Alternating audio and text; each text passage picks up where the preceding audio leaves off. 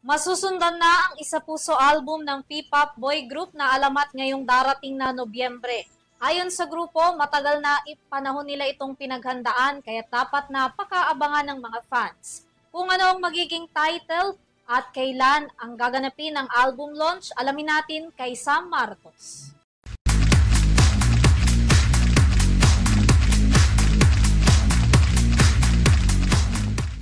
Dumako naman tayo sa mundo ng entertainment para sa ating balitang showbiz.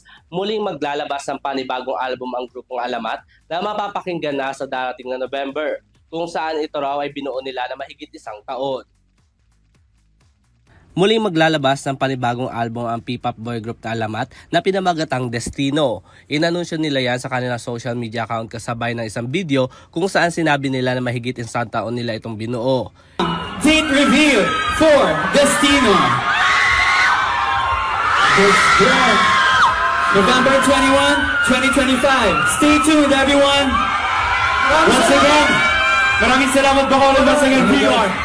Ang kanilang album na Destino ay kasunod ng nauna nilang album na pinamagatang Isa Puso na inilabas nila noong 2023.